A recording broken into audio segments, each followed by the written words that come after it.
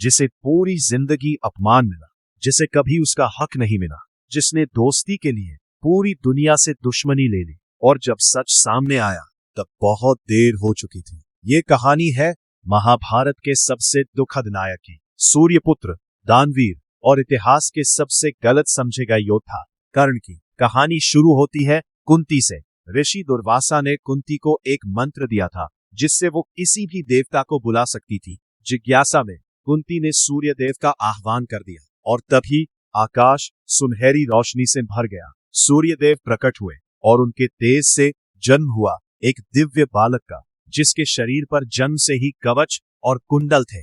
लेकिन कुंती अविवाहित थी। समाज के डर से उन्होंने उस मासूम बच्चे को एक टोकरी में रखकर नदी में बहा दिया। उस दिन एक मां ने अपना बेटा खो दिया और दुनिया ने महाभारत का सबसे दुखी योद्धा पाया। कर्ण को पाला एक सारथी अधिरथ और उसकी पत्नी राधा ने। उन्होंने कर्ण को बहुत प्यार दिया, लेकिन समाज ने कभी उसे अपनाया नहीं। कर्ण बचपन से ही अर्जुन जैसा महान योद्धा बनना चाहता था, लेकिन हर जगह उसे सिर्फ एक नाम मिला, सूतपुत्र। एक दिन गुरु द्रोणाचार्य के सामने कर्ण ने अर्जुन को चुनौती दी।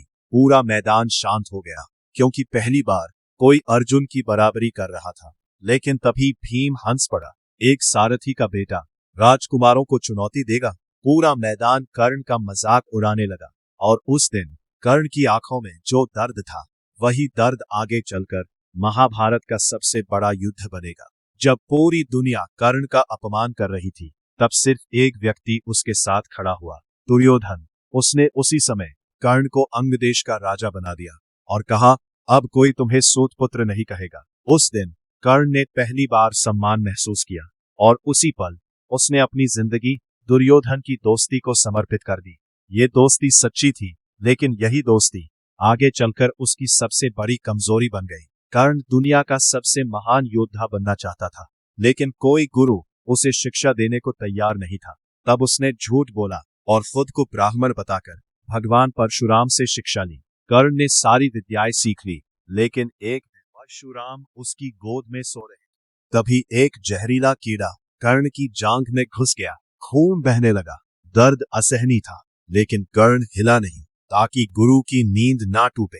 जब परशुराम जागे, उन्होंने समझ लिया इतना दर्द कोई ब्राह्मण सह नहीं सकता। सच सामने आया और क्रोधित होकर परशुराम ने श्राप दिया, जिस समय तुम्हें सबसे ज्यादा दिव्य अस्त्र की जरूरत होगी, तुम सब भूल जाओगे। कर्ण टूट चुका था। जुए की सभा में जब द्रौपदी का अपमान हो रहा था, तब कर्ण ने भी उसका साथ नहीं दिया, बल्कि उसने द्रौपदी को अपमानित करने वाले शब्द कहे। यही वो पल था जहां से कर्ण का पतन शुरू हुआ, क्योंकि एक महान योद्धा अपने क्रोध और अपमान की आग में सही और गलत भूल चुका था। युद्ध शुरू होने से पहले कृष्ण कर्ण से मिलने आए और उन्होंने वो सच बताया जो पूरी जिंदगी उससे छुपाया गया था। तुम सूत पुत्र नहीं, कुंती के पुत्र हो। तुम पांडवों के सबसे बड़े भाई हो।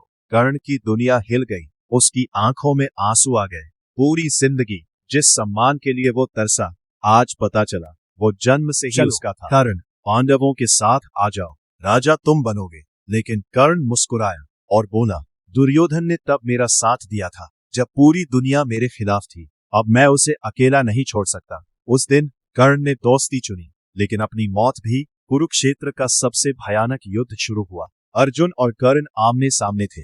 धरती कांप रही थी। देवता भी ये युद्ध देख रहे थे। कर्ण अर्जुन पर भारी पड़ रहा था, लेकिन तभी उसके रथ का पहिया जमीन में फंस गया और उसी समय परशुराम का श्राप सच हो गया। कर्ण दिव्य अस्त्रों के मंत्र भूल गया। उसने कृष्ण से कहा, युद्ध रोक दो, लेकिन कृष्ण बोले, जब द्रौपदी रो रही थी तब तुम्हें धर्म याद नहीं आया। अर्जुन ने तीर छोड़ा और महान कर्ण धरती पर गिर पड़ा। कर्ण हार गया, लेकिन आज भी लोग उसे सम्मान से याद करते हैं, क्योंकि वो बुरा इंसान नहीं था। वो बस गलत लोगों के साथ खड़ा हो गया था। उसकी जिंदगी हमें सिखाती है, अपमान इंसान को खतरनाक बना देता है और गलत दोस्ती सबसे महान इंसान को भी बर्बाद कर सकती है।